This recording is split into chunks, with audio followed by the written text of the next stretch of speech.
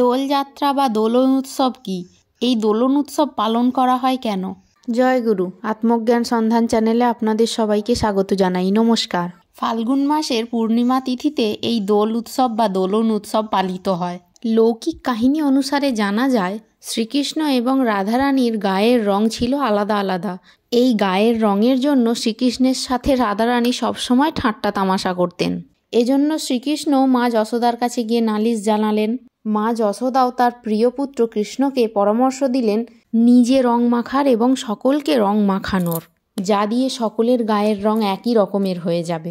মায়ের পরামর্শ মতো শ্রীকৃষ্ণ শ্রীধাম বৃন্দাবনে শ্রী রাধিকা এবং অন্যান্য গোপিনীদের সঙ্গে আবির খেলায় মেতে উঠেছিলেন এই ফাল্গুনী পূর্ণিমা তিথিতে।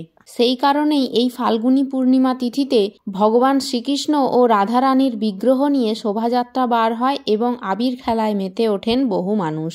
এই রঙের উৎসব যে দোল, এর থেকে এক সুন্দর বার্তা পাওয়া যায়। তা হলো মানুষে মানুষে যে ভেদাভেদ রয়েছে, কেউ ধনী তো কেউ গরিব, কেউ উচ্চ বর্ণের তো কেউ নিম্ন বর্ণের, কিন্তু এই রঙের উৎসব সকলকে সমান করে দেয়। ভেদাভেদ মনোমালিন্য ভুলে সকলে রঙের উৎসবে মেতে ওঠে, পুরনো সমস্ত কিছু ভুলে নিজেদের জীবনকে নতুন রঙের ছোঁয়ায় রাঙিয়ে তোলে। ভগবান শ্রীকৃষ্ণও কিন্তু এই ভেদাভেদ দূর করতে এবং সকলকে সমান মর্যাদা দিতেই যেন এই অনুষ্ঠানের সূচনা করেছিলেন। আবার অন্য কথিতে রয়েছে, শুভ উৎসবের আগে অশুভ শক্তির বিনাশের উদ্দেশ্যে দোলের আগের দিন ন্যাড়া পোড়ার মাধ্যমে দোল উৎসবের সূচনা করা হয়। পরের দিন অর্থাৎ দোলের দিন শ্রী রাধাকৃষ্ণ বিগ্রহে রং ও আবির মাখিয়ে পালিত হয় মূল উৎসব। আর এই মূল উৎসবটি হলো হোলি উৎসব।